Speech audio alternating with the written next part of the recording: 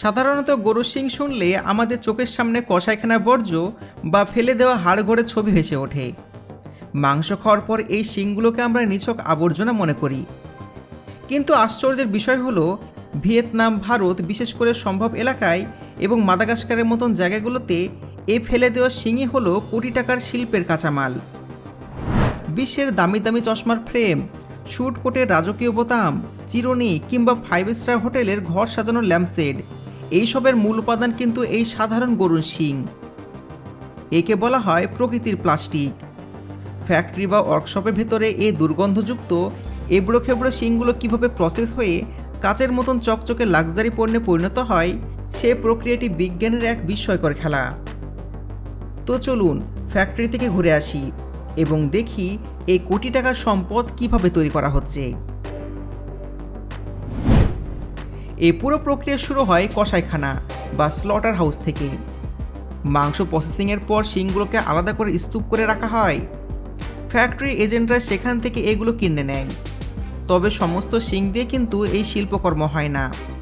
শিংয়ের রং অর্থাৎ কালো, সাদা বা মার্বেল কালার, আকার এবং বয়সের ওপর ভিত্তি করে এগুলোর দাম নির্ধারণ করা হয়।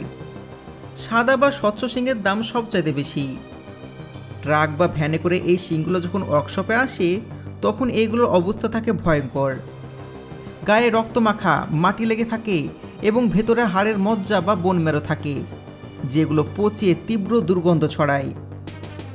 বাইরে থেকে দেখে বোঝার উপায় নাই যে এই নোংরা বস্তুটি কিন্তু কিছুদিন পর ইউরোপের শোরুমে হাজার হাজার ডলারে বিক্রি হবে। ওয়ার্কশপে আনার পর প্রথম কাজ হলো শিংয়ের ভেতর থেকে হাড়ের মজ্জা বের করা। কাঁচা অবস্থায় এটি বের করা অসম্ভব, কারণ এটি শিংয়ের খোলসের সাথে আঠার মতো লেগে থাকে। তাই শিংগুলোকে বিশাল বড় ড্রামে বা কড়াইতে ফুটন্ত জল গরম করে দীর্ঘক্ষণ সেদ্ধ করা হয়। এই প্রক্রিয়ায় শিংয়ের ভেতর টিস্যুগুলো নরম হয়ে যায়। সেদ্ধ করার পর গরম অবস্থায় শ্রমিকরা শিংটিকে একটা শক্ত কাঠের বা লোহার দণ্ডের উপর জোরে বাড়ি মারে। সাথে সাথে ভেতরের হাড়টি পপ করে বেরিয়ে আসে এবং পড়ে থাকে শুধু ফাঁপা শিং বা হর্ন সেল। এই ফাঁপা খোলসটি হলো আসলে র মেটেরিয়াল। এরপর এগুলোকে রোদ্রে বা ড্রায়ারে ভালো করে শুকানো হয়, যাতে কোনো দুর্গন্ধ না থাকে। গরুর শিং প্রাকৃতিকভাবে বাঁকানো এবং শক্ত হয়, কিন্তু কোনো পণ্য তৈরি করতে গেলে এটিকে সোজা বা চ্যাপ্টা বা প্লেটের আকার দিতে হয়।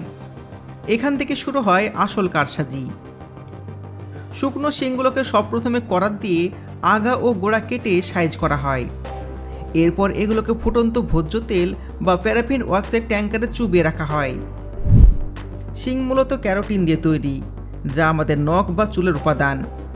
উচ্চচাপে এই ক্যারোটিন নরম হয়ে যায় এবং নমনীয় হয়ে যায়। তেলের ট্যাঙ্ক থেকে যখন শিংটি তোলা হয় তখন এটি রাবারের মতো নরম হয়ে যায়। গরম এবং নরম শিংটির সাথে সাথে নিয়ে যাওয়া হয় বিশাল বড় হাইড্রোলিক প্রেস মেশিনে। সেখানে দুইটি ভারী লোহার পাতের মাঝখানে শিংটিকে আটকে রাখা হয়। মেশিনের হ্যান্ডেল ঘোরানো হয় এবং প্রচণ্ড জোরে চাপ প্রয়োগ করা হয়। একই সাথে ঠান্ডা জল স্প্রে করা হয়, যাতে শিংটি দ্রুত জমে শক্ত হতে পারে। কয়েক মিনিট পর প্রেস মেশিন খুলে দেওয়া হয়। সেই বাঁকানো গোল শিংটা এখন একটা সোজা, চ্যাপ্টা এবং শক্ত টাইলস বা প্লেটে পরিণত হয়েছে। এখন এটি দেখতে অনেকটা প্লাস্টিকের শিটের মতন, কিন্তু এটি সম্পূর্ণ প্রাকৃতিক। এই শিটগুলো দিয়ে পরবর্তী সময়ে বিভিন্ন ধাপে বিভিন্ন পণ্য তৈরি করা হয়। এখন এই চ্যাপ্টা শিংয়ের শিটগুলো চলে যায় ডিজাইন সেকশনে। কারিগররা শিটের ওপর পেন্সিল বা স্টিল দিয়ে পণ্যের নকশা আঁকেন, হোক সেটা চিরুনি, চামচ বা চশমার ফ্রেম। এরপর ব্র্যান্ড বা জিগস মেশিনে নিপুণ হাতে দাগ বরাবর কাটা হয়। এই কাজটি অত্যন্ত দক্ষ কারিগররা করে থাকেন, কারণ একটু এদিক সেদিক হলেই দামি শিংটি নষ্ট হয়ে যাবে। যারা শৌখিন বাটি বা ফুলদানি তৈরি করেন তারা চ্যাপ্টা শিট ব্যবহার করেন না, আস্ত শিং ব্যবহার করেন এবং লেদ মেশিনে ঘুরিয়ে সেটিকে নির্দিষ্ট আকার দেন। কাটার পর পণ্যগুলোর ধার খুবই অমসৃণ এবং খসখসে থাকে। শিংয়ের আসল সৌন্দর্য এবং টেক্সচার তখনও ফুটে ওঠেনি, তাই এগুলোকে স্যান্ডিং ইউনিটে পাঠানো হয়। এখানে একটি চাকার মতন মেশিনে শিরিষ কাগজ ও স্যান্ডপেপার লাগানো থাকে, যা প্রচণ্ড গতিতে ঘুরতে থাকে। কারিগররা পণ্যের প্রতিটি কোণা এই মেশিনে ঘষে মসৃণ করেন। প্রথমে মোটা দানা বা কোর্স গ্রিস দিয়ে ঘষা হয়, পরে ধাপে ধাপে মিহি কাগজ ব্যবহার করা হয়। এই প্রক্রিয়ায় শিংয়ের উপরে মৃত বা মরা স্তর উঠে যায় এবং ভেতরের আসল রং উকি দিতে শুরু করে। ঘর্ষণের সময় যাতে পণ্য পুড়ে না যায় তাই অনবরত জল ব্যবহার করা হয়। এই যে জিনিসটা দেখতে পাচ্ছেন এটাই হলো পুরো প্রক্রিয়ার জাদুকরী মুহূর্ত। স্যান্ডিংয়ের পর পণ্যগুলো মসৃণ হলেও কিছুটা ঘোলাটে থাকে। এদের আসল গ্লসি বা উজ্জ্বলতা আনার জন্য বাফিং মেশিনে পাঠানো হয়। বাফিং হুইলগুলো সাধারণত কাপড়ের তৈরি হয় এবং এতে বিশেষ ধরনের মোম বা পলিশিং কম্পাউন্ড লাগানো থাকে। যখন শিঙের তৈরি চিরুনিটি বা বাটিটি এই চাকার সাথে ধরা হয় তখন চোখের পলকে এটি আয়নার মতন চকচকে করতে শুরু করে।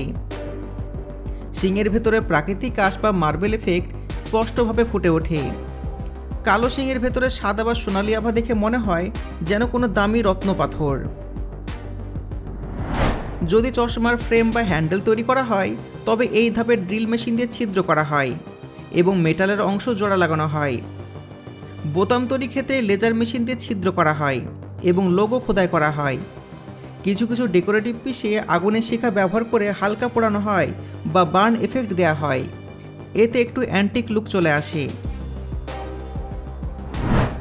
কোয়ালিটি চেকিং ও প্যাকেজিং সবশেষে প্রতিটি পণ্য কোয়ালিটি চেক টেবিলে হয়ে আসে। শিং প্রাকৃতিক জিনিস তাই এতে ফাটল থাকার সম্ভাবনা থাকে। কারিগররা প্রতিটি পিস আলোতে ধরে পরীক্ষা করেন। কোথাও কোনো আঁচড় বা ফাটল থাকলে সেটি বাতিল করা হয়।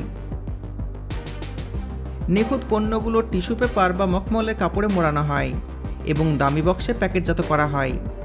এই পণ্যগুলো প্লাস্টিকের চাইতে অনেক বেশি টেকসই, পরিবেশ বান্ধব এবং ত্বকের জন্য অনেক ভালো। ফ্যাক্টরির গোদামঘর থেকে এই লাক্সারি আইটেমগুলো চলে যায় জাপান, ফ্রান্স বা ইতালির হাই এন্ড শপগুলোতে। কসাইখানার আবর্জনা এইভাবে দক্ষ হাতের ছোঁয়ায় হয়ে ওঠে আভিজাত্যের প্রতীক।